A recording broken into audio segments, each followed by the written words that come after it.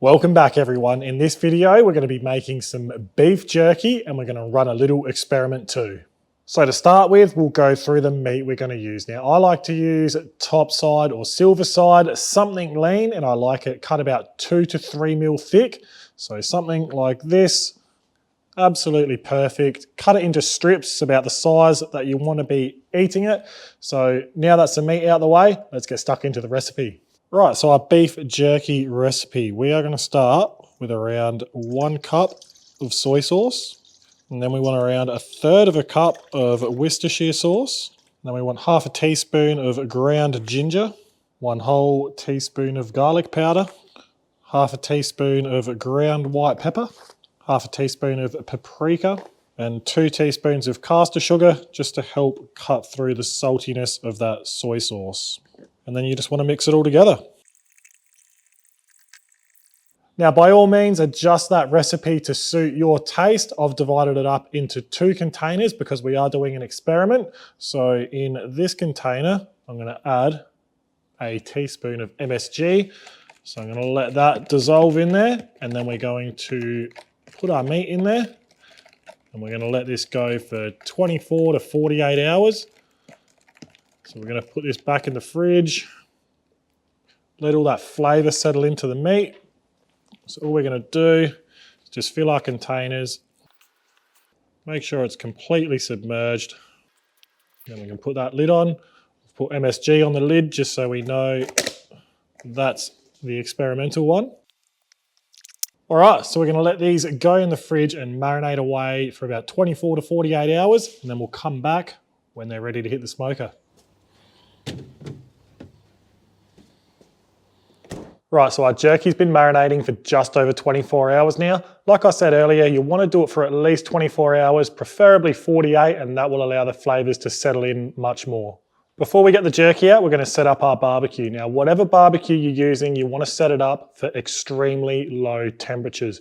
We don't want to be cooking this, we want to be dehydrating it and drying it out basically. So if you were to smoke this at your normal smoking temperatures, you are just going to cook it and it's not going to have that same texture as that classic beef jerky that we all love. So we'll get stuck into the barbecue setup and I'll show you what I mean. All right, so I'm going to start by getting a couple of firelighters lit up.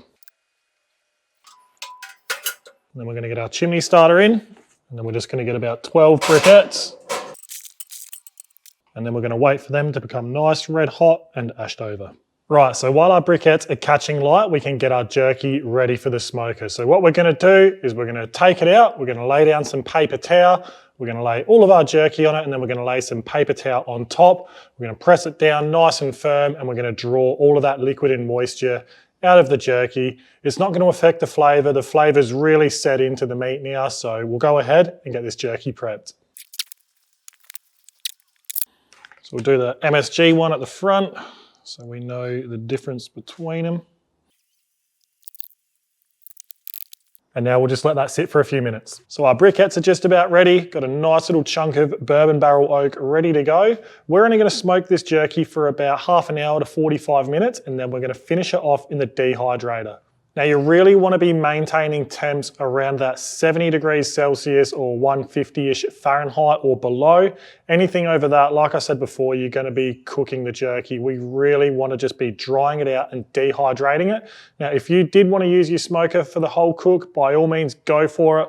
I would recommend using a snake method with just a single stack of briquettes just to really maintain that low temperature. But we're going to make life easier for ourselves and use a dehydrator. You can get them online relatively cheap. They're only about $50. That's what I paid for mine. So have a look on something like eBay or Amazon. Just for an everyday food dehydrator, that'll do the job nicely. One more thing we're going to do before our briquettes and jerky are ready to go in is give our jerky a little seasoning. This is going to help add another level of flavour, and it's also going to help draw some more moisture out of the jerky too. So whatever favourite beef rub you've got, go ahead and just give it a light coat with that. We're going to be using our steak shooter rub, so we're just going to give a very light coating to our jerky with our steak rub. Right, so our briquettes are ready, as you can see. So we're going to take our charcoal chimney out. Going to put our charcoal basket in. And we're going to pour our briquettes in right over this far side. Just going to stack them all up into a nice little neat pile. I'm going to put our smoking wood on, and then we're going to shut this door. So we're going to put our MSG jerky on this left side here.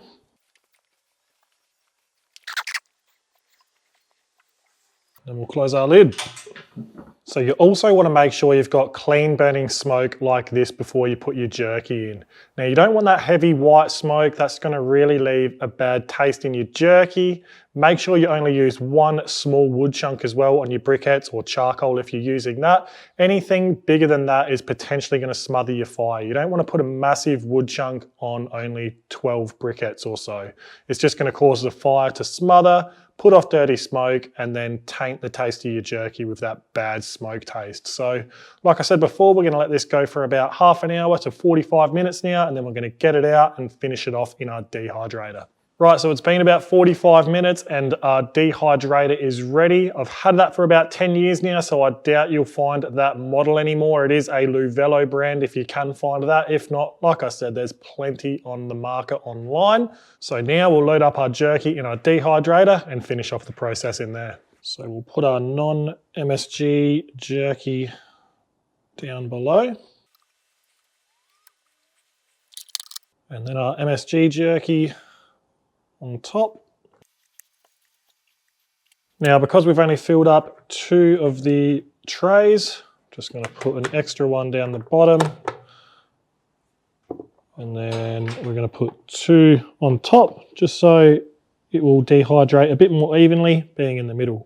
So this unit is controlled by a heating element and a fan. It's set to 70 degrees Celsius. Like I said, you don't want to be going over that temperature, otherwise you're going to be cooking it. So this is probably going to take about 6 to 8 hours. We're going to check it after about 5 hours and make sure we're happy with the texture.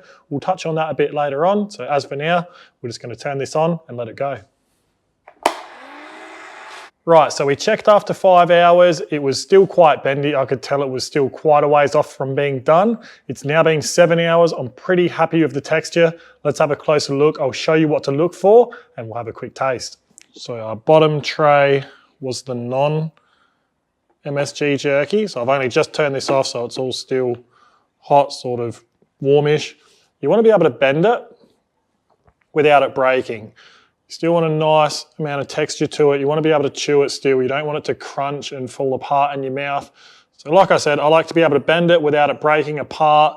You obviously want it to feel dry, and you want to also taste at this stage too, just to make sure it doesn't need to go further, because it will feel different in the mouth as opposed to playing around with it and bending it. So we'll have a taste. This is the non-MSG jerky.